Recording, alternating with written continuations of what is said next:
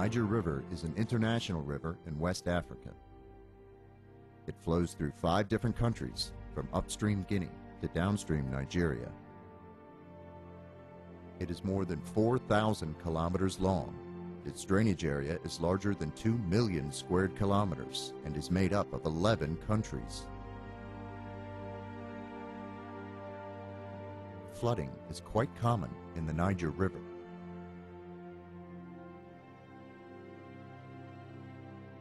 So the question is, how does a country in the downstream end of the Niger find out the flow that will be arriving through 5 upstream countries?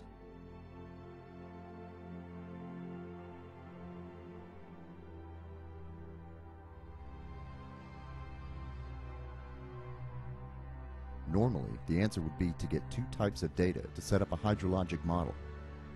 A hydrologic model is a computer system that can forecast flow.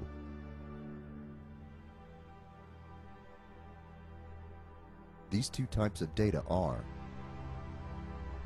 relatively unchanging data on land, soils, and rivers, and variable data on rainfall, stream flow, and soil moisture. The unchanging data is easy to obtain. For example, one can get terrain data from the Shuttle Radar Topography Mission, or SRTM, for anywhere on the planet.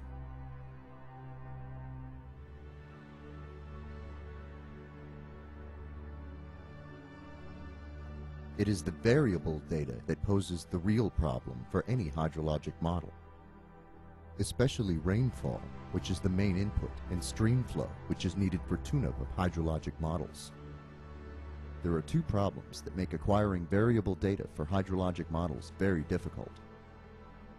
Problem 1. The 11 national weather agencies of the Niger Basin have no agreement for sharing information on rainfall and stream flow. Problem 2. The ground network for gathering variable data on rainfall and stream flow is very sparse in the Niger Basin. This is a classic transboundary water monitoring problem that is not unique to the Niger River alone. We live in a world where water does not follow the boundaries of nations. Borders of nations don't match the boundaries of river basins.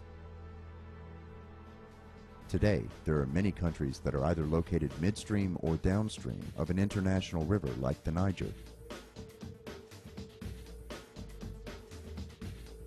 These nations are completely dependent on everyday rainfall and stream flow information from upstream nations for figuring out transboundary flow. There are only a handful of treaties that address data sharing. Almost all of these treaties are for Europe or North America. None exist for Africa, South America, and Asia, where they are needed most. Even if there existed a rosy scenario of all nations sharing information, figuring out transboundary flow will still remain a very hard problem to solve.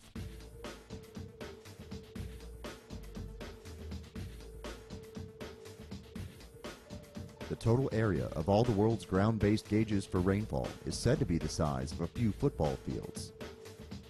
This is grossly inadequate given how vastly large the world is. Nations are also losing their ground-based networks at an alarming rate.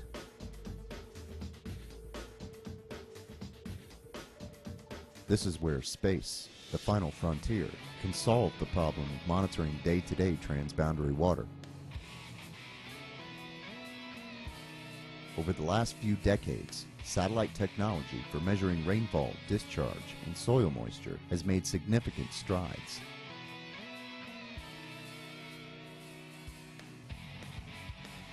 That's why the world's leading space agencies such as NASA, the European Space Agency, and the Japanese Space Agency are all working together to launch phenomenal satellite missions. These satellite missions have exciting prospects for solving the transboundary water problem around the world. The Global Precipitation Measurement Mission, or GPM, will measure rainfall information every 3 hours anywhere on the planet.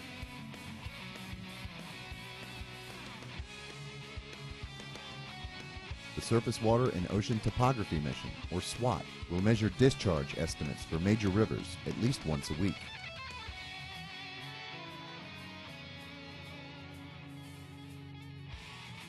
Soil Moisture and Mapping Mission, or SMAP, will measure soil moisture around the globe.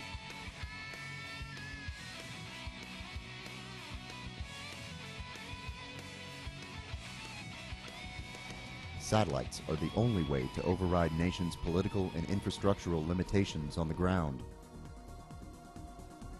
Satellites in space are the only dependable source of information for day-to-day watch on flow 24/7. These new space missions, many of them led by NASA, will usher in the most exciting period for solving the world's problem of transboundary water flow.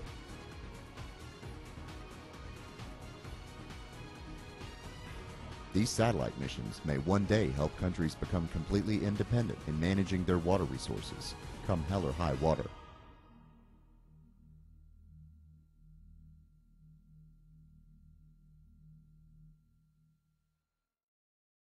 The Surface Water and Ocean Topography Mission, or the SWOT mission, is going to do two wonderful things for society, amongst many. One, it's going to measure the reservoirs all around the world. So you can go out and you can see a dam, and it's a beautiful thing. It's holding back all this water. Well, there's literally millions of these dams around the world. And we're going to measure with SWOT the water levels going up and down in that dam everywhere all the time. So that's going to be a fantastic new addition to what we understand from society, is all these reservoirs, literally a million of them, being measured from space in a comprehensive way, and that data being freely available on the internet, much in the same way that Google Earth gives us free data. Because for the first time, you'll be able to see the surface of the Earth's water as a global entity rather than one lake at a time.